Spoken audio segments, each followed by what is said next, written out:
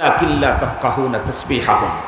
মুহতারাম হাজরিন, তো যে কথা বলতেছিলাম, আমাদের মহানবী সাল্লাল্লাহু আলাইহি ওয়াসাল্লাম আল্লাহ পাকের পক্ষ থেকে মেসেঞ্জার, উনি ম্যানেজার। উনি স্পষ্ট বলে দিয়েছেন, আমরা যারা জান্নাতে যেতে চাই তাদের জন্য আজকের ওয়াজটা খুব গুরুত্বপূর্ণ। নবীজি বলেন, বনি ইসরাইল তো বিভক্ত ছিল অনেক দলে। কতগুলি? ৭২টা দল ছিল বনি ইসরাইলের।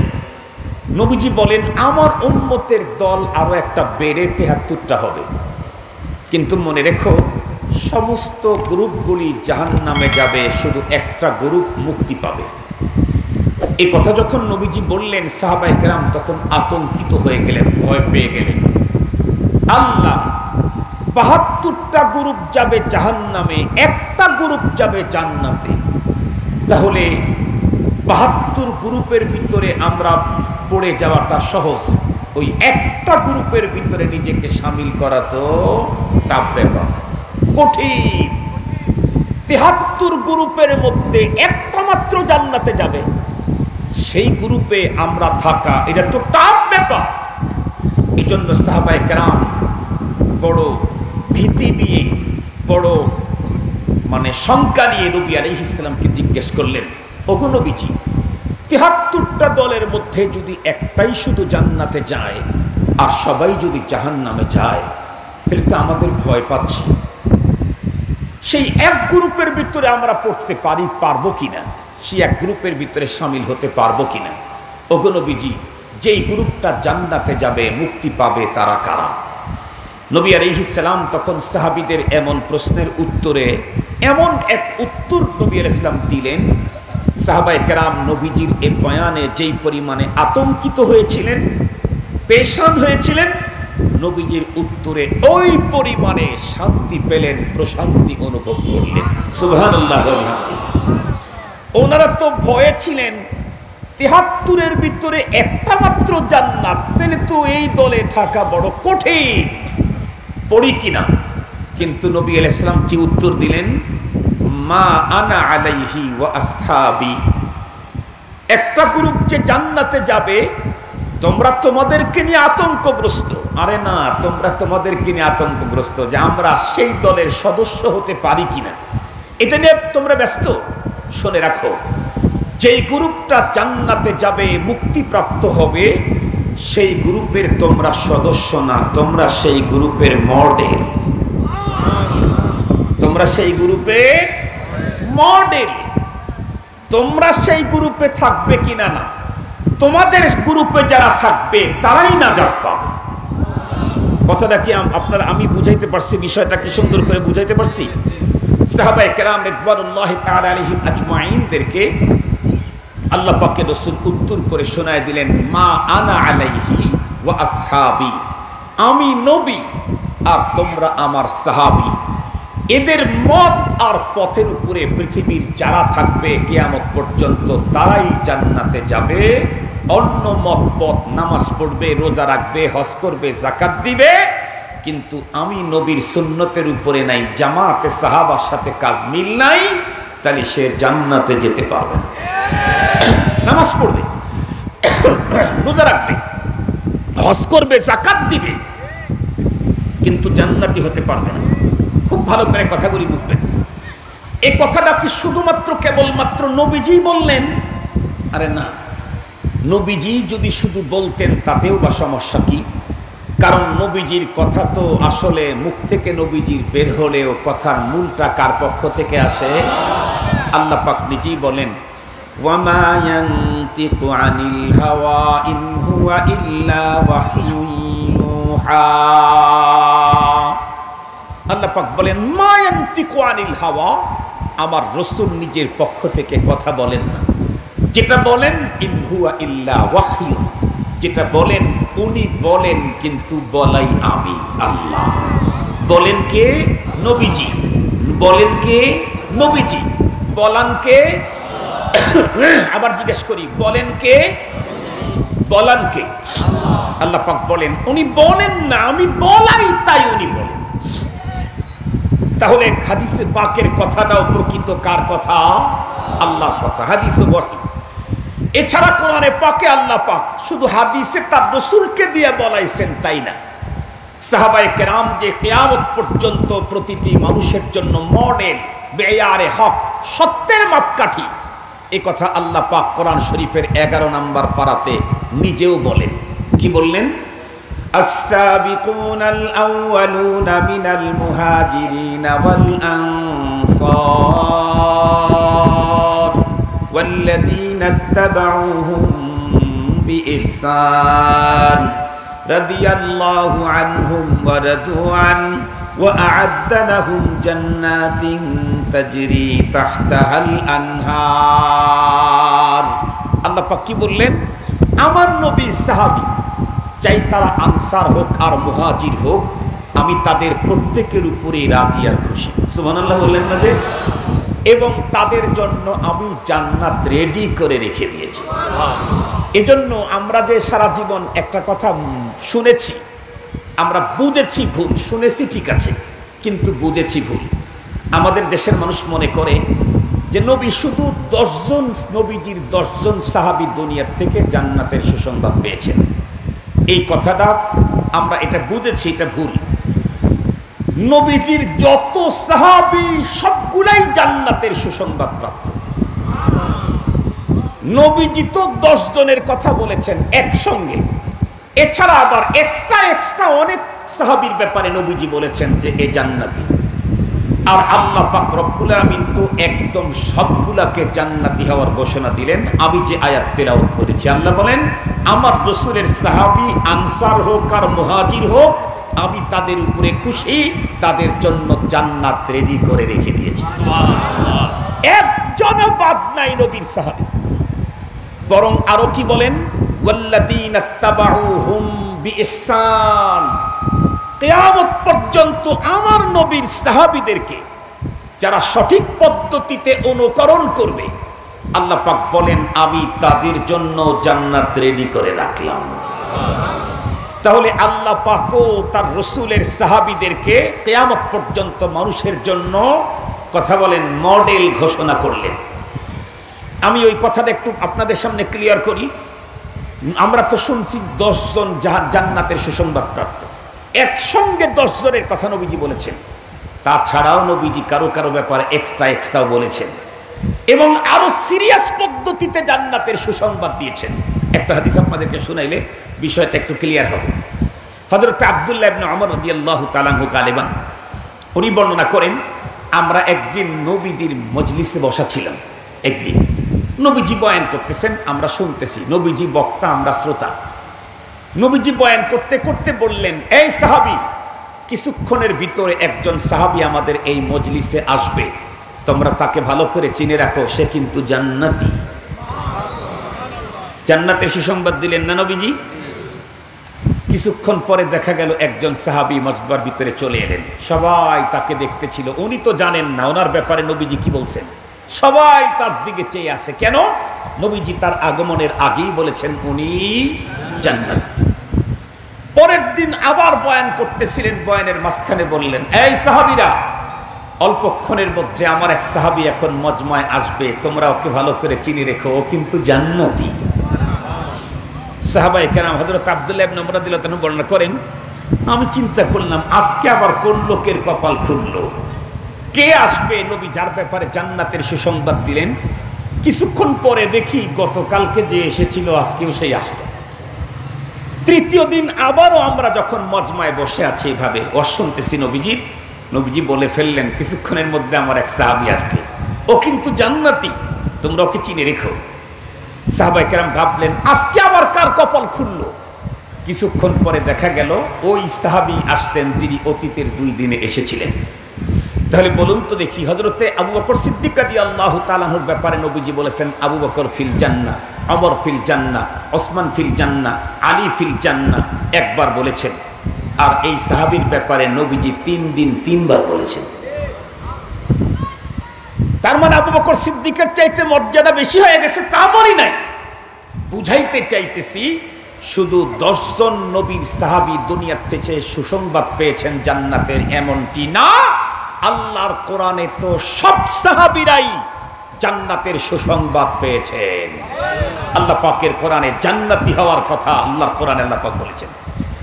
শুধু সাহাবায়ে কেরাম জান্নাতি না, সাহাবায়ে কেরামদেরকে যারা অনুকরণ করতে পারবে সব গ্রুপের মধ্যে শুধু এই গ্রুপটাই আল্লাহ পাকের জান্নাতে যাবে। এটা নবীও বলেছেন, আল্লাহও বলেছেন। তাহলে এখন দেখি আমাদের নবীদের সাথে, নবীর সাহাবীদের সাথে আমাদের মিল আছে কিনা।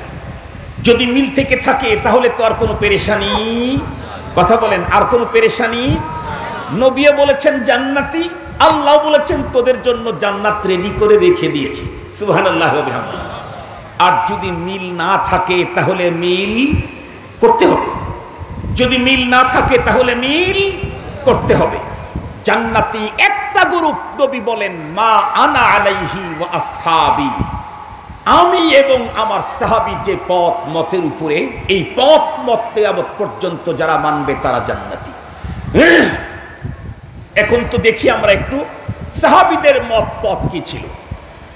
আল্লাহ পাক রব্বুল আলামিন কোরআনুল কারীমের আমি যে আয়াতে কারিমার অংশ তেলাওয়াত করেছি এই অংশের ভিতরে আল্লাহ পাক রব্বুল আলামিন বলেন মুহাম্মাদুর রাসূলুল্লাহ ওয়াল্লাযীনা মাআহু আশিদ্দাউ আলাল কুফফারি রুহামাউ বাইনাহুম তারাহুম রুকআন সুজদান ইয়াবতাগুনা ফাদলাম মিনাল্লাহি ওয়া রিদওয়ানা।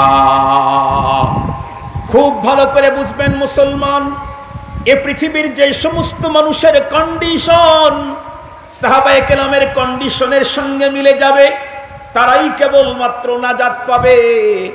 আর অন্য বন্ধুরা আমার নামাজ পড়বে, রোজা রাখবে, কিন্তু সাহাবীদের সঙ্গে যাদের মিল হবে না তাদের জন্য জান্নাত। বড় বন্ধুরা আমার কঠিন, খুব ভালো করে বুঝবেন। এখন সাহাবীদের পথ আর মত, তাদের দর্শন এবং তাদের কন্ডিশন কি ছিল, এই কথাগুলি পৃথিবীর অন্য কোনো মানুষের জবান থেকে আমরা শুনতে চাই না। স্বয়ং আসমান জমিনের মালিক কুল কায়নাতের স্রষ্টা রব্বুল আলামিনের কালাম থেকেই আমরা শুনতে চাই। আমি যে আয়াতে কারিমা তেলাওয়াত করেছি এই আয়াতে কারিমাতে রব্বুল আলামিন মুহাম্মাদুর রাসূলুল্লাহ ওয়াল্লাযীনা মাআহু তার সাহাবায়ে কেরামের কন্ডিশন কি ছিল এর কয়েকটা কন্ডিশনের কথা বর্ণনা করেছেন। তার ভিতরে মাত্র দুইটা কন্ডিশনের কথা আজকে আমি আপনাদের খেদমতে বলবো, আর এই দুইটা আমরা আমাদের সঙ্গে মিলাবো। যদি মিলে যায় তাহলে কোনো পেরেশানি নেই, ফুস্তু ওয়া রাব্বিল কাবা। আর যদি না মিলে তাহলে মৃত্যুর আগে মিল না করলে আমাদের কোনো মুক্তির পথ নাই।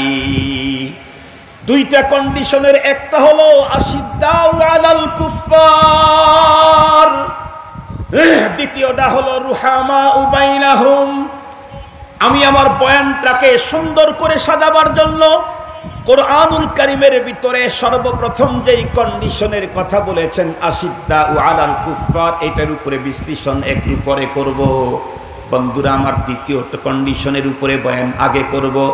আল্লাহ পাক বলেন আমার নবী মুহাম্মদ আল্লাহ পাকের রাসূল, তার সাথে যারা আছেন অর্থাৎ সাহাবায়ে কেরাম, তাদের কন্ডিশন হলো রুহামাউ বাইনাহুম, সাহাবী একজন আরেকজনের জন্য নিবেদিত প্রাণ।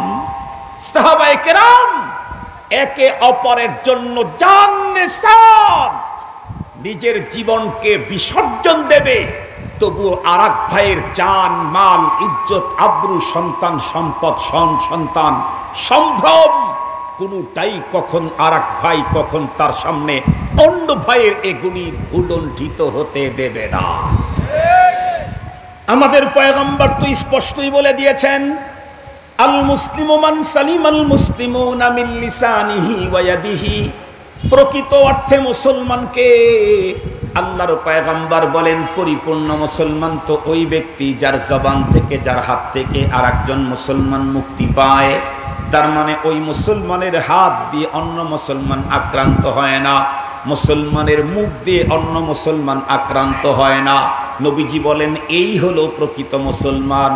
কিন্তু আমি আজকে আপনাদের কাছে জিজ্ঞাসা করতে চাই, সাহাবায়ে কেরামের যেই কন্ডিশনের কথা স্বয়ং আল্লাহ কোরআনে পাকের ভিতরে বললেন, রুহামা উবাইনাহুম, একজন আরেকজনের জন্য নিবেদিত প্রাণ, জান নেসার। বলুন তো দেখি এই স্বভাবটা, কন্ডিশনটা আমাদের মাঝে আছে নাকি? নাই তো নাই বন্ধুরা আমার। বর্তমান সময়ে তো চূড়ান্ত অবস্থা চলতেছে। বড় দুঃখের সাথে বলতে হয়, বড় দুঃখের সাথে বলতে হয়, আল্লাহ পাকের রাসূল তো বলেছেন, আল মুসলিমুনা কা জাসাদিন ওয়াহিদিন ইন ইশতাকা আইনুহু ইশতাকা কুল্লুহু। তামাম পৃথিবীর মুসলমানগুলি অবিচ্ছেদ্য এক দেহের মতো। দেহের যেমন চোখের এক কর্নারে ছোট্ট একটা বালিকণা ঢুকলেই এত বড় বডি পুরাটাই নার্ভাস হয়ে যায়, ও আর চলতে পারে না, ওর ভিতরে বন্ধুরা আমার জটিলতা দেখা দেয়। ও মুসলমান, ঠিক তদ্রূপ পৃথিবীর কোনো এক প্রান্তে যদি মুসলমান কখনো আক্রান্ত হয়, আর সেই সংবাদ যদি অপর প্রান্ত মুসলমান যে থাকে তার কানে যদি পৌঁছে, ওই মুসলমান আক্রান্তের খবরে এই মুসলমান ব্যতীত যদি হতে পারে, তাহলেই তো একজন প্রকৃত মুসলমান, নাইলে সে এখনো প্রকৃত মুসলমান হতে পারে না। কিন্তু আজকে দুঃখের সাথে বলতে হয়, আমাদের সমাজের ভিতরে সম্পূর্ণ তার উল্টা। এক মুসলমান আর এক মুসলমানের জান হেফাজত করবে, মাল হেফাজত করবে, সন্তান হেফাজত করবে, সম্পদ হেফাজত করবে, সম্মান হেফাজত করবে তো দূরের কথা, 24 ঘন্টায় একজন মুসলমান আর একজন মুসলমানের জান, মাল, ইজ্জত, আবরু এগুলি নষ্ট করার জন্য বন্ধুরা আমার পায় তারা আমাদের সমাজে আছে না নাই? বরং দুঃখের সাথে বলতে হয়, ভিন্ন মুসলমানের কথা বাদ রাখলাম, অন্য মুসলমান তো দূরের কথা, বর্তমান তো আমাদের ভিতরে ইসলামের অবস্থা তো জটিল, এমনকি মানবতা পর্যন্ত আমার দেশে বিপন্ন। আমার দেশে আজকে মানবতাই বিপন্ন। এক মুসলমান আর এক মুসলমানের জন্য জানলে সারি করবে, নিবেদিত প্রাণ হবে তো দূরের কথা, আমার দেশে তো এক মুসলমান তার আপন ভাইকে হত্যা করার জন্য 24 ঘন্টায় ষড়যন্ত্রে মেতে ওঠে। এই তো রিসেন্ট বাংলাদেশের এক চূড়ান্ত দুঃখজনক লজ্জাস্কর ঘটনা। বলতে মাথা নোয়া যায়, বলতে মাথা নোয়া যায়। রিসেন্ট চট্টগ্রাম সিটি কর্পোরেশন নির্বাচনের সময় শুধুমাত্র কেবলমাত্র রাজনৈতিক প্রতিদ্বন্দ্বী হওয়ার কারণে, রাজনৈতিক প্রতিপক্ষ হওয়ার কারণে, আপনারা পেপার পত্রিকা সোশ্যাল মিডিয়াতে দেখেছেন, আপন ভাই তার নির্মমভাবে আর একজন প্রতিদ্বন্দ্বী ভাইকে যখন হত্যা করতেছিল, কোনো অপরাধ নাই, অপরাধ শুধু একটা, সে রাজনৈতিক তার প্রতিদ্বন্দ্বী অথবা তার প্রতিপক্ষ এই প্রতিবন্ধী ভাইকে যখন খুন করতেছিল, প্রতিবন্ধী তখন তার আপন ভাইয়ের পা ধরে বলেছিল, তোর কাছে আমি আমার জীবন ভিক্ষা চাই, আমার ছোট্ট ছোট্ট মাসুম বাচ্চারা আছে, তুই আমাকে এভাবে নির্মমভাবে হত্যা করিস না। এ কথা বলার পরেও তাকে মুক্তি দেওয়া হলো না, বাঁচানো হলো না। আমি স্পষ্ট ভাষায় বলতে চাই যে তার আপন ভাইকে শুধুমাত্র কেবলমাত্র রাজনৈতিক প্রতিপক্ষ হওয়ার কারণে নির্মমভাবে যারা খুন করে, ওকে মুসলমান বলা তো দূরের কথা, মানুষ বলারও সুযোগ না। ওকে মুসলমান কেমনে বলবেন? ও তো মানুষই না। আপনারা একটু ভালো করে লক্ষ্য করবেন, আমাদের দেশের কুকুরে গোশত খায়, মাছ খায়, যারটা পায় তারটাই খায়, জিন্দা পাকার মুর্দা পাক খায়। কেন? ওর তো কোনো খাওয়ারের উপরে কোনো বাধ্যবাধকতা বাইন্ডিং নেই, ওর জন্য সব হালাল। শ্রীগাল যা পায়, যেখানে গোশত পায়, মরা পাকার জিন্দা পাক খায়। কিন্তু দেখবেন রাস্তার ভিতরে কত কুকুর, রাস্তার ভিতরে কত কুকুর গাড়ির চাকায় পিষ্ট হয়ে যখন মরে যায়, কুকুরের বডি থেকে গোশতগুলি বাইরে বের হয়ে থাকে। জীবনেও কোনোদিন দেখেছেন একটা মরা কুকুরের গোশত বেরিয়ে আছে, আর একটা মরা কুকুর সেই গোশতগুলি খাচ্ছে? জীবনে দেখেছেন? আর একটু জোরে বলেন, জীবনে দেখেছেন? মরা কুকুরের গোশত বাইরে পড়ে আছে, কাক খায়, শকুন খায়, শ্রীগাল খায়, কিন্তু মরা কুকুরের গোশত অন্য কুকুর খায় না। শ্রীগাল তার মরা ভাইয়ের গোশত রাস্তায় পড়ে আছে, চামড়াটা পর্যন্ত নাই, কুকুরের গোশত না বিড়ালের গোশত এটা বোঝার কায়দা নাই, না শ্রীগালের গোশত, কিন্তু ও বুঝতে পায়, ও মুখ লাগানোর পরেই বোঝে এটা আমার জাতি ভাই, ওর গোশত খাওয়া যাবে না। যদি আমি ওকে রক্ষা করতে পারি নাই তাই বলে ওর গোশত খেতে পারি না। কুকুর আর শ্রীগালের ভিতরে যতটুকুন জাতীয়তার বোধ আছে, আমার দেশের মানুষের ভিতরে ততটুকুন মানবতার বোধ নাই। মুহতারাম হাজিরিন, এই জন্য বাংলাদেশে শুধু ইসলাম বিপন্ন অবস্থায় না, মানবতাই বিপন্ন। অবাক হবেন, সারা জীবন বক্তৃতা করেছি, আপনারা বই পুস্তকে পড়েছেন, পৃথিবীর সবাই পর হতে পারে, মা আর বাবা কখনো পর হয় না। সারা জীবন ওয়াজ করেছি, মা তার জীবনকে দিয়া বাচ্চাকে রক্ষা করে। এখন কি দেখছি, মা যেই সন্তানকে 9 মাস 10 মাস পেটে বহন করলো, চূড়ান্ত বহনীন কন্ডিশনে তার বাচ্চাকে প্রসব করলো, আজকে পরকীয়ায় পড়ে মা তার সেই পেটে বহন করা বাচ্চা পর্যন্ত হত্যা করতে দ্বিধা করে না। মানবতা বিপন্ন আজ, মানবতা বিপন্ন আজ। মুসলমান ভাইরা রে, আমার কথাগুলা ভালো করে বুঝবেন। আমাদের কন্ডিশন হলো, আমরা 24 ঘন্টায় একজন মুসলমান আর একজন মুসলমানের জান মাল ইজ্জত আবরু সম্পদ আর সন্তান কেমনে নষ্ট করা যায় তার জন্য 24 ঘন্টা লেগে থাকি। কিন্তু আল্লাহর রাসূল আমাদেরকে যাদের মত আর পথের উপরে চলতে বলেছেন, তাছাড়া আমাদের মুক্তি হবে না, তাদের কন্ডিশনটা কি ছিল আল্লাহ পাকের রাসূল বয়ান করেন না, বরং আল্লাহ নিজেই বয়ান করেন। রুহামা উবাইনাহুম, একজন সাহাবী আর একজন সাহাবীর জন্য এতটাই নিবেদিত প্রাণ ছিল, দুনিয়ার মানুষকে বন্ধুরা আমার তারা সোনালী ইতিহাস রচনা করে দেখায়া দিয়ে গিয়েছেন। আপনাদের প্রত্যেকের জানা আছে, তারপরেও একটা মাত্র পয়েন্ট উদ্ধার করার জন্য বলতে চাই।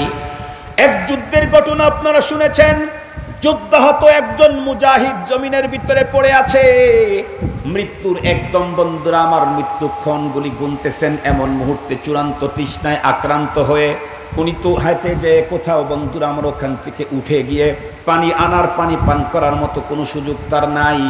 উনি দেখলেন পাশেই তার চাচতো ভাইকে দেখা যায়। উনি চাচতো ভাইকে বড় ক্ষীণ আওয়াজে ডাক দিয়ে বললেন, ভাই রে, জীবনের শেষ মুহূর্তে আমার চূড়ান্ত তৃষ্ণা পেয়েছে, একটু পানির ব্যবস্থা তুমি যদি করে দিতে পারতে। চাচতো ভাই তখন, তার চাচতো ভাই আহত, যুদ্ধাহত মুজাহিদের পানির সন্ধানে বেরিয়ে গেলেন, কিন্তু তখন তো পানি অ্যাভেলেবেল পাওয়ার কোনো সুযোগ নাই। এখন তথ্য প্রযুক্তির চূড়ান্ত উৎকর্ষ সাধনের এ যুগে এখনো মক্কা মদিনায় গিয়ে দেখেন 1 লিটার পানি কিনতে চাইলে 1 রিয়াল লাগে। 1 লিটার বন্ধুরা আমার 2 লিটার তেল 1 রিয়ালে কিনতে পাওয়া যায়। তার মানে এখনো পানির বন্ধুরা আমার দাম তেলের চাইতে প্রায় ডবল। এটা হলো আজকের কথা বলি, তাহলে 1400 বছর পূর্বের কন্ডিশনটা কি ছিল?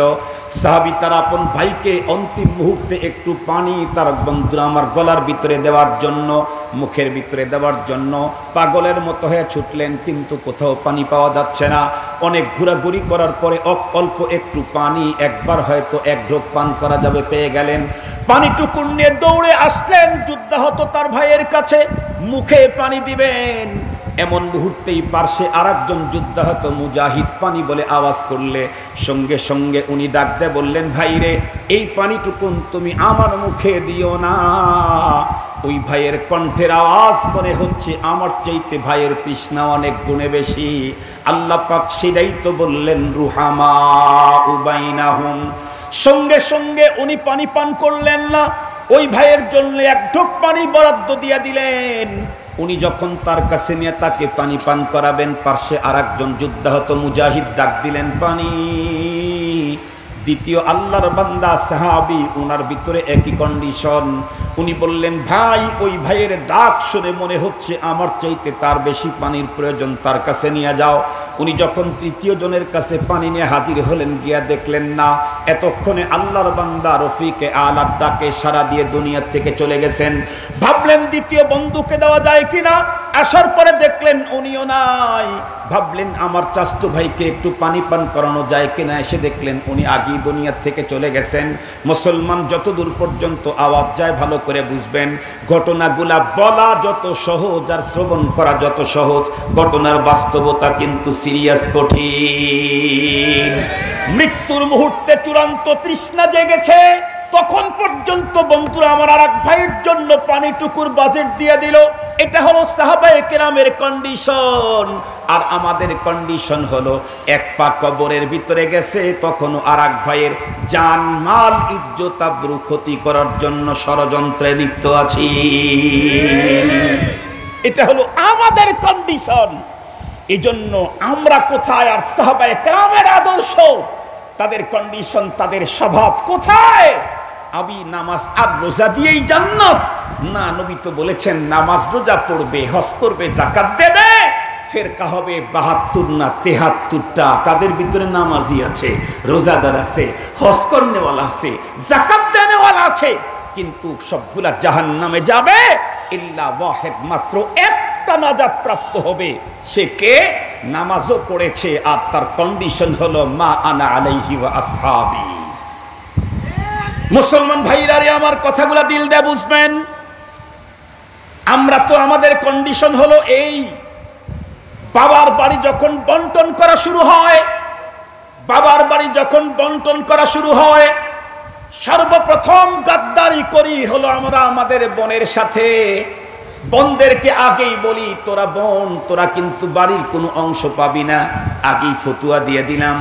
অথচ আল্লাহ পাকের কোরআনে আল্লাহ পাক বন্টন করে দিয়েছেন, বাবার রেখে যাওয়া স্থাবর অস্থাবর, দেশে বিদেশে যত জায়গায় সম্পদ আছে, যেখানে ভাইয়ের মালিকানা সেখানে এই বোনের মালিকানা। কোরআনে পাকে আল্লাহ পাক স্পষ্ট বর্ণনা করে দিয়েছেন, বাবার রেখে যাওয়া সম্পদ স্থাবর অস্থাবর, দেশে আর বিদেশে যেখানে ভাইয়ের মালিকানা সেখানেই। কথা বলেন না কেন? কথা বলেন না কেন? বনের মালিকানা, কথা বলতে ভয় পাচ্ছেন, কারণ এই বন্টন তো আমরাও করেছি। আলহামদুলিল্লাহ, আমরা ওই বন্টন করি নাই, আমরা ওই বন্টন করি নাই। যত জায়গায় যেখানে যেখানে বাবার যা পেয়েছি, সব জায়গাতে বোনদেরকে আল্লাহ বাতানো তরিকায় তাদের হিস্সা দিয়েছি। আলহামদুলিল্লাহ, আলহামদুলিল্লাহ।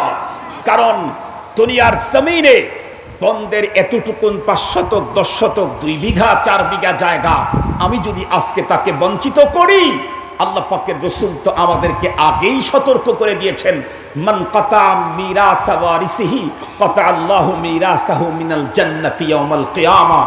আমি ফরিদপুরের মাটি আমার বোনকে তার থেকে বঞ্চিত করব, আল্লাহ পাক আমাকে জান্নাতের ওই জায়গা থেকে বঞ্চিত করবে।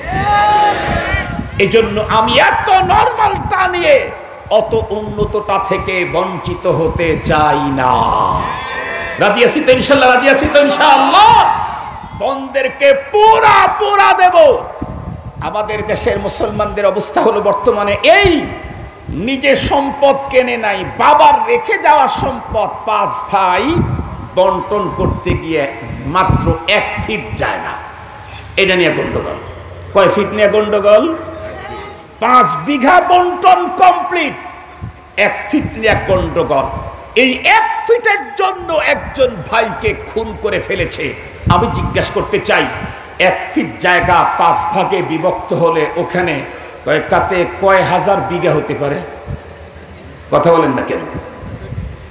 কয়শো বিঘা হতে পারে? কয় শতক হতে পারে? 2 থেকে 2.25 ইঞ্চি জায়গা, 2 থেকে 2.5 ইঞ্চি জায়গা, 2 থেকে 2.5 ইঞ্চি জায়গার জন্য আমি আমার ভাইকে খুন করছি। অথচ এই জায়গা আমি আমার শ্রম দিয়া কিনি নাই, বাবার রেখে যাওয়া সম্পদ। অথচ সাহাবায়ে কেরামের কি কন্ডিশন ছিল? আল্লাহ পাকের কোরআনে আল্লাহ পাক বলেন, মুহাম্মাদুর রাসূলুল্লাহ ওয়াল্লাযীনা মাহু আশিদ্দাউ আলাল কুফফারি রুহামাউ বাইনাহুম। সাহাবায়ে কেরামের কন্ডিশন হলো একজন আরেকজনের জন্য কেমন নিবেদিত প্রাণ। আমি তো আমার আপন ভাইকে আব্বার রেখে যাওয়া জায়গা মাত্র 2.5 ইঞ্চি ছাড় দিতে রাজি নাই, ভাইকে পর্যন্ত হত্যা করে দিচ্ছি আমার সমাজের ভিতরে। পক্ষান্তরে সাহাবায়ে কেরামের চরিত্র আর কন্ডিশন ছিল, আমরা প্রত্যেকেই জানি আমাদের পয়গম্বর যখন মক্কাতুল মুকাররমা থেকে মদিনায় হিজরত করে চলে এলেন, মক্কার মুশরিকদের পত্তলিকদের মুসলমানদের প্রতি নির্যাতন আরো বেড়ে গেল। হযরতে সাহাবায়ে কেরাম মক্কা নগর থেকে, বন্ধুরা আমার, ঘর বাড়ি জায়গা জায়দাদ জমিন ব্যবসা বাগান স্ত্রী পুত্র কন্যা সবগুলাকে রেখে জীবন বাঁচানোর তাগিদে এবং আল্লাহর জমিনে আল্লাহর দ্বীন প্রতিষ্ঠা করার জন্য হিজরত করে মদিনায় চলে এলেন। কিচ্ছু নাই তাদের সঙ্গে, কিচ্ছু নাই।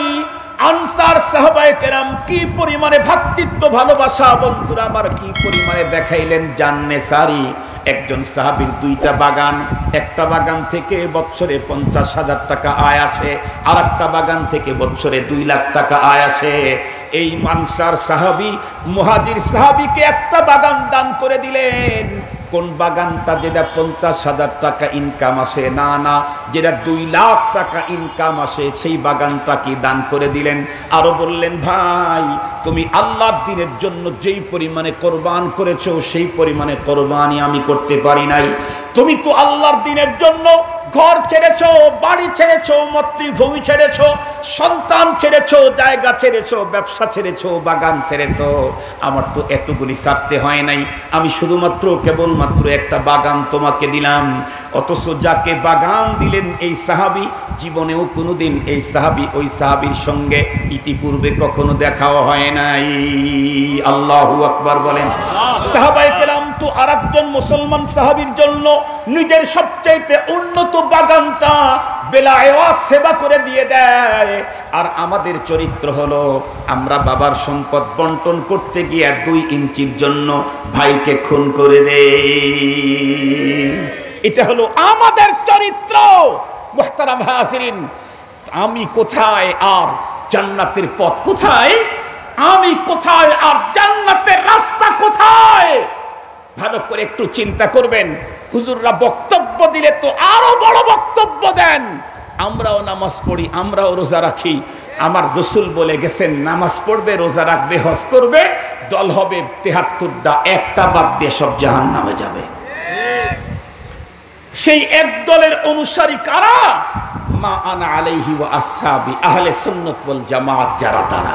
আল্লাহ পাক আমাদেরকে তৌফিক দান করুন, বলেন আমিন। মুসলমান ভাইরা রে আমার, এটা হলো একটা কন্ডিশন। আরো একটা কন্ডিশনের কথা আপনাদেরকে বলেই আমি আমার বয়ান শেষ করে দিতে চাই। সেটা হলো আল্লাহ পাকের কোরআনে সাহাবীদের কন্ডিশন প্রথম যেটা বলেছেন সেটা আমি বলি নাই, আমি বর্ণনা করতে গিয়ে সেটা পরে বলতেছি। আল্লাহ পাক প্রথম বলেছেন, মুহাম্মাদুর রাসূলুল্লাহি ওয়াল্লাযীনা মাআহু আশিদ্দাউ আলাল কুফফার। খুব ভালো করে বুঝবেন, রুহামাউ বাইনাহুম। মুসলমান সাহাবায়ে কেরাম, একজন সাহাবী ইমানদার আর একজন ইমানদারের জন্য নিবেদিত প্রাণ, জান নেসার, জান মাল ইজ্জত আবরু রক্ষার জন্য নিজের জীবন বিসর্জন দিলেও মনে রাখবেন সাহাবায়ে কেরাম ওনাদের আরেকটা কন্ডিশন হলো আশিদ্দাউ আলাল কুফফার। এক মুসলমান আর এক মুসলমানের জন্য জান নেসার, কিন্তু কাফেরদের বিরুদ্ধে আপোষহীন বজ্রমুষ্টি। কাফেরদের বিরুদ্ধে আপোষহীন বজ্রমুষ্টি।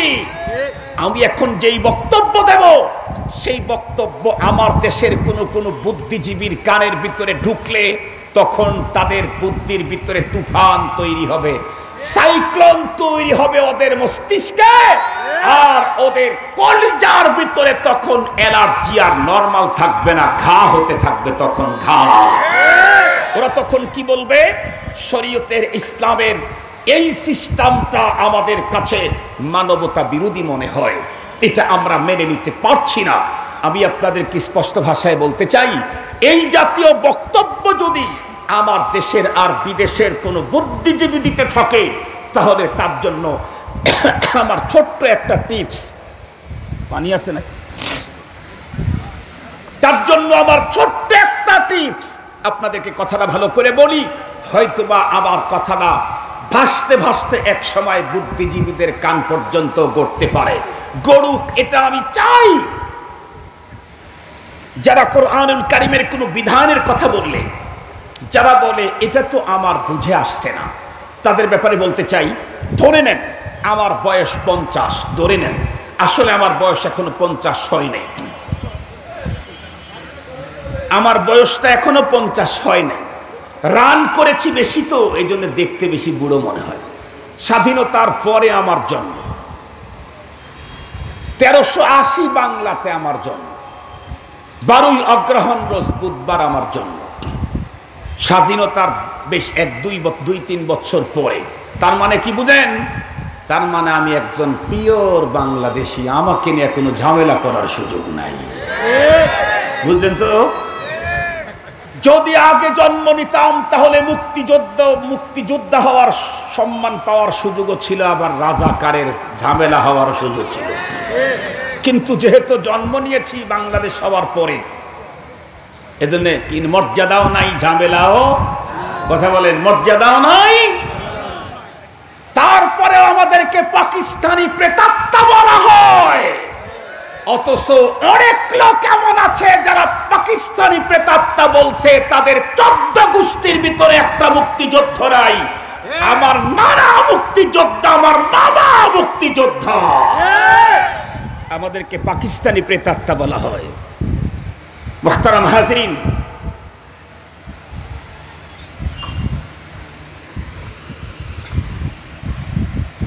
যে কথা আপনাদের খেদমতে বলতেছিলাম খুব ভালো করে মনে রাখবেন। ওই সমস্ত বুদ্ধিজীবীদেরকে বলতে চাই, আমার বয়স ধরে নেন 50, আমার বাচ্চা একটা আছে, ওর ধরে নেন ওর বয়স হলো 3 অথবা 4 বছরের বাচ্চা, মোটামুটি তো বুদ্ধিজীবী, দেশ পরিচালনার তো মোটামুটি বুদ্ধি হয়ে গেছে না? ওর 4 বছরের শিশু বুদ্ধিজীবী না? সংসার পরিচালনা করতে পারবে না? কথা বলেন না কেন? ওর বুদ্ধি পরিপক্ক হয়েছে না? না। এখন আমার বয়স 50, ওর বয়স 4, আমি পিতা ও আমার পুত্র, ওর বয়স 4, আমার বয়স 50, আমি 50 বছরের একজন পাকা বুদ্ধিওয়ালা। আমি পিতা আমার 4 বছরের ছোট্ট শিশুকে যদি কোনো অর্ডার করি, তাহলে সেই শিশু কি এ কথা বলার অধিকার আছে? আব্বা অর্ডার করলেই হবে না, আমি বুঝবো, যদি আমার বুঝে আসে তাহলে মানবো, নাইলে মানতে পারবো না। এই কথা বলার অধিকার এই 4 বছরের শিশুর আছে নাকি? আর একটু জোরে বলেন। ও কি বুঝবে? ওর তো বুঝার অস্ত্রই এখনো পরিপক্ক হয় নাই। ঠিক বললাম না? ঠিক বললাম? ও বুঝবে কি দিয়া? সেটাই তো এখনো আর কি হয় নাই, পরিপূর্ণ হয় নাই। পৃথিবীর যত মানুষের কাছে নিয়ে যান, ওই ছেলে যদি বলে আমি আমার আব্বার কথা মানতে পারবো না যতক্ষণ আমার বুঝে না আসে, সমস্ত মানুষ ওকে হয়তো থাপ্পড় দিবে বাম হাত দিয়ে, না হয় বাম পা দিয়ে একটা শট দিয়ে বলবে, এই বেকুফ, 3.5 বছর বয়স, এখনো 4 বছর পূর্তি হয় নাই, তুই কি বুঝবি যে বুঝে না আসলে আমি এটা মানবো না? তুই কি বুঝবি? তোর কি যোগ্যতা আছে বোঝার? অথচ আমার ছেলে আর আমার মাঝে অন্য কোনো পার্থক্য নাই, মাত্র 44 বছর বয়সের পার্থক্য। তারও যেমন নাক মুখ, আমারও তেমন নাক মুখ। সে যা খায় আমিও তাই খাই, সে যেখানে ঘুমায় আমিও সেখানে ঘুমাই, সে যে রান্না করা খাবার খায় আমিও সে রান্না করা খাবার খাই। মাত্র 44 বছর ব্যবধান হওয়ার কারণে যদি আমি 50 বছরের অভিভাবক কোনো কথা বললে, 4 বছরের বাচ্চার যদি ভাবার যদি কোনো সুযোগ না থাকে, এ দুনিয়ার বুদ্ধিজীবীরা, তুই তো আল্লাহর সৃষ্টি, নাপাক পানির সৃষ্টি, আল্লাহ তো স্রষ্টা, আল্লাহ যা বলেছেন এটা তুই বোঝার যোগ্যতা কেমনে হয়? তুই এবার কেমনে বুঝতে চাস যে আমার বুঝে আসলে মানবো? উনি হলেন স্রষ্টা, আমি হলাম সৃষ্টি। আমার সন্তান মাত্র 46 বছরের বয়সের ব্যবধান হওয়ার কারণে আমার কথা যদি তার ভাবার বোঝার যদি কোনো অধিকার না থাকে, যিনি আমাকে সৃষ্টি করেছেন তার হুকুম আমার ভাবার বোঝার কোনো অধিকার নাই। কথা বলেন, কথা বলেন। উনি যা বলেছেন তাই আমাকে মানতে হবে, যা বলেছেন তাই আমাকে মানতে হবে। আমার 50 বছর বয়স, আমি যেটা বলবো এটা 4 বছরের বাচ্চা বোঝার কোনো যোগ্যতা আছে নাকি? আসমানের মালিক যা বলবেন এটার একদম বিকুন হেহি বোঝার মতো যোগ্যতা পৃথিবীর কোনো মানুষের থাকতেই পারে না। মুসলমান ভাইরা রে আমার, খুব ভালো করে বুঝবেন, আল্লাহ পাক তো বয়ান করলেন সাহাবীদের আরেকটা এক নাম্বার কন্ডিশন, আশিদ্দাউ আলাল কুফার। একজন সাহাবী আরেকজন সাহাবীর জন্য নিবেদিত প্রাণ হলেও তারা কাফেরদের বিরুদ্ধে বড়, বন্ধুরা আমার, বজ্র মুষ্টি বড় সিরিয়াস। শুধুমাত্র একটা ঘটনা আপনাদেরকে শোনায় শেষ করে দিতে চাই। আপনারা তো অবশ্যই জানেন এই পৃথিবীতে নবীদের পরে সবচেয়ে দামি মানুষ হলেন সাহাবায়ে কেরাম রিদওয়ানুল্লাহি তাআলা আলাইহিম আজমাইন। সমস্ত সাহাবীদের ভিতরে সবচেয়ে বড় মর্যাদার অধিকারী হলেন হযরতে আবু বকর সিদ্দিক রাদিয়াল্লাহু তাআলা আনহু। নবীদের ভিতরে মুহাম্মাদুর রাসূলুল্লাহর মর্যাদা যেমন, উম্মতের ভিতরে আবু বকর সিদ্দিক রাদিয়াল্লাহু তাআলা আনহুর মর্যাদাও তেমন। হযরতে সিদ্দিক আকবর সম্পর্কে আমাদের পয়গম্বর স্পষ্ট ভাষায় বলে গেছেন, আরহামু উম্মতি বি উম্মতি আবু বকর। হাদিসের এই টুকরাটা আপনারা প্রতি জুমায় খতিবের মুখ থেকে দ্বিতীয় খুতবার ভিতরে শ্রবণ করে থাকেন, আরহামু উম্মতি বি উম্মতি আবু বকর। নবীজি বললেন, কিয়ামত পর্যন্ত আমার যত উম্মত দুনিয়াতে আসবে, এখন আছে, সমস্ত উম্মতের ভিতরে সবচাইতে কমল মনা মানুষ হলো আবু বকর, সবচাইতে নরম দিলের মানুষ হলো আবু বকর সিদ্দিক রাদিয়াল্লাহু আনহু। সেই কমলমতি কমলমনা আবু বকরের কথাই আপনাদের খেদমতে পেশ করি। হযরতে সিদ্দিক আকবর রাদিয়াল্লাহু তাআলা আনহুর একটা ছেলে, বন্ধুরা আমার, যুদ্ধে চলে গেছেন মুসলমানদের বিপক্ষে। উনি তখনও মুসলমান হন নাই। আবু বকর সিদ্দিক রাদিয়াল্লাহু তাআলা আনহু ওই যুদ্ধে অংশগ্রহণ করেছেন মুসলমানদের পক্ষে। বাপ বেটা একই যুদ্ধে গেছেন, কিন্তু একজন আরেকজনের বিপক্ষে সেখানে উপস্থিত হয়েছেন। যুদ্ধ, বন্ধুরা আমার, সমাপ্তি হয়ে গেল। আল্লাহর মেহেরবানি, পিতা পুত্র দুইজন অক্ষত অবস্থায় বাড়িতে ফিরে আসলেন। সন্তান অমুসলিম হওয়ার কারণে সিদ্দিক আকবর তাকে, বন্ধুরা আমার, কোনোভাবেই তার কাছে কোনো প্রশ্রয়, বন্ধুরা আমার, নাই। কথাবার্তাও তেমন একটা চলে না। বন্ধুরা আমার, আল্লাহ পাকের দয়া হলো, অল্প দিনের ভিতরে সিদ্দিক আকবরের সেই ছেলেটা কালিমা পড়ে মুসলমান হয়ে গেল। সিদ্দিক আকবর রাদিয়াল্লাহু আনহুর ওই ছেলে কালেমা পড়ে মুসলমান হওয়ার পর দীর্ঘদিন পর্যন্ত বিধর্মী থাকার কারণে আব্বার সঙ্গে সম্পর্কের যে, বন্ধুরা আমার, অবনতি ছিল, এইটাকে পোষাবার জন্য আব্বার কাছে কাছে উনি বেশি বেশি যান, ঘন ঘন কথা বলেন। এক পর্যায়ে আব্বাকে ডেকে বললেন, আবু বকরকে, আব্বা যান, আপনার মনে পড়ে নাকি অমুক যুদ্ধের ভিতরে আপনিও গিয়েছিলেন, আমিও গিয়েছিলাম। আপনি ছিলেন মুসলমানদের পক্ষের সৈনিক, আমি ছিলাম আপনাদের বিপক্ষের সৈনিক। আব্বা, আপনি জানেন নাকি ওই যুদ্ধে, যুদ্ধ চলতে চলতে চলতে চলতে যুদ্ধের ভিতরে এমন একটা স্কোপ আমি পেয়েছিলাম আপনার ব্যাপারে, আমি ইচ্ছা করলে মুহূর্তের ভিতরে তরবারি দিয়ে আপনাকে দ্বিখণ্ডিত করে দিতে পারতাম। এমনই একটা সুযোগ যখন আমার হাতে এসে গেল, আমি তরবারি উঁচুও করলাম।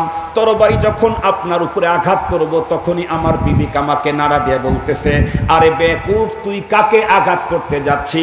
যেই লোকটা পৃথিবীতে না আসলে তোর জন্মই তো হতো না। বাবা পৃথিবীতে না আসলে সন্তানের জন্ম তো কল্পনাই করা যায় না। সিদ্দিক আকবর রাদিয়াল্লাহু আনহুর ছেলে ডেকে বললেন, আব্বু, তরবারি আমি তাক করেছিলাম, মেরে দেব। এমন মুহূর্তের ভিতরে আমার বিবেক আমাকে ডেকে বলল, কারা আঘাত করতে যাচ্ছিস? যার জন্ম না হইলে তোর অস্তিত্বই দুনিয়াতে আসতো না, একে কখনোই হত্যা করা যায় না। সঙ্গে সঙ্গে আমি তরবারিকে আমি ওদিক থেকে ফিরায় নিলাম। তার মানে ছেলে তার বাবার প্রতি ভালোবাসা দেখাইলেন, কিন্তু সিদ্দিক আকবর নরম দিলের মানুষ, আরহাম উম্মতি বি উম্মতি আবু বকর। উনি তখন কি বললেন? কি বললেন? আল্লাহ তো আগেই বলে দিয়েছেন, মুহাম্মাদুর রাসূলুল্লাহ ওয়াল্লাযীনা মাহু আশিদ্দাউ আলাল কুফফার রুহামাউ বাইনাহুম তারাহুম রুকআন সুজদান ইয়াবতাগুনা ফাদলাম মিনাল্লাহি ওয়া রিদওয়ানা। সিদ্দিক আকবর তখন ডেকে বললেন, এ বেটা শোন, ওই দিন তুই আমার ব্যাপারে যেই সুযোগটা পেয়েছিলি, ওই সুযোগটা যদি আমি তোর ব্যাপারে পাইতাম, তাহলে তুই জেনে রাখিস, আমি আবু বকর 1 সেকেন্ড আর দেরি করতাম না, তোকে আঘাত করে দুনিয়া থেকে মুহূর্তের ভিতরে বিদায় করে দিতাম। কারণ তুই যে আমার সন্তান, এগুলি দেখার টাইম আমাদের নাই। আমার অন্তরের ভিতরে তখন হলো আশিদ্দা ও আলাল কুফার, তুই আল্লাহর দুশমন। তুই আমার সন্তান, এটা বড় কথা না। বড় কথা হলো তুই আল্লাহর দুশমন। আল্লাহর দুশমনকে আমি কখনোই প্রশ্রয় দিতে পারি না। মুসলমান খুব ভালো করে মনে রাখবেন, সিদ্দিক আকবরের মতো নরম দিলের মানুষটাও যদি নিজের সন্তান আল্লাহর দুশমন হলে যদি এত সিরিয়াস হয়, আমাদের মুসলিম জাতির পিতা সাইয়েদনা হযরত ইব্রাহিম পয়গম্বরের ঘটনা আল্লাহর কোরআনে আছে। ইব্রাহিম আলাইহিস সালামের আব্বাও অমুসলিম, বারবার ইব্রাহিম আলাইহিস সালাম আল্লাহর কাছে দোয়া করে, আল্লাহ তুমি আমার আব্বারে মাফ করে দাও, মাফ করে দাও। এমনটি করতে করতে যেদিন উনি জানতে পারলেন আমার বাবা জীবনেও কোনোদিন দ্বীনের পক্ষে, আল্লাহর পক্ষে অবস্থান নেবে না, তখন ইব্রাহিম পয়গম্বর কি করলেন? আল্লাহ নিজেই বলেন, মা কানা ইস্তিগফারু ইব্রাহিম লিআবিহি ইল্লা আম মাউইদাতিন ওয়া'আদাহা ইয়্যা ফালাম্মা তাবায়্যানা লাহু আন্নাহু আদুউ্বুন লিল্লাহি তাবাররাআ মিন ইন্না ইব্রাহিমা লাআওয়াহুন হালিম। আল্লাহু আকবার বলেন। আবু বকর সিদ্দিকের ব্যাপারে পয়গম্বর বলেছেন, আরহামু উম্মতি বিউম্মতি আবু বকর। আর ইব্রাহিমে খলিলুল্লাহর ব্যাপারে আল্লাহ বলেছেন, ইন্না ইব্রাহিমা লাআওয়াহুন হালিম। আল্লাহু আকবার বলেন, আল্লাহু আকবার বলেন। আপনারা তর্জমা না বুঝলেন, উলামায়ে কেরাম তর্জমা বুঝেছে, উলামায়ে কেরাম তর্জমা বুঝেছে।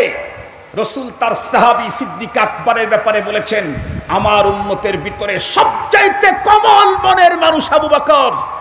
আর ইব্রাহিমে খলিলের ব্যাপারে আল্লাহ বলেছেন, আমার ইব্রাহিম বড় শান্ত হৃদয়ের মানুষ। সুবহানাল্লাহ বললেন না? যে চূড়ান্ত বরদাস্ত করার, তাহাম্মুল করা, হালিম, চূড়ান্ত বরদাস্ত করার, তাহাম্মুল করার যোগ্যতা তার ভিতরে আছে। প্রায় সেম সেম মুহতারাম হাজিরিন। এরপরেও ইব্রাহিমে খলিল আলাইহিস সালাম তার আব্বার জন্য ইস্তিগফার দোয়া মাংতে মাংতে যখন জানতে পারলেন এ কখনোই ফেরত আসবে না, আল্লাহর দুশমন, জানার সাথে সাথে তাবাররাআ মিন, সব ধরনের সম্পর্ককে ছিন্ন করে দিলেন। এটাই কিয়ামত পর্যন্ত ইব্রাহিম পয়গম্বরের সন্তানের চরিত্র হবে।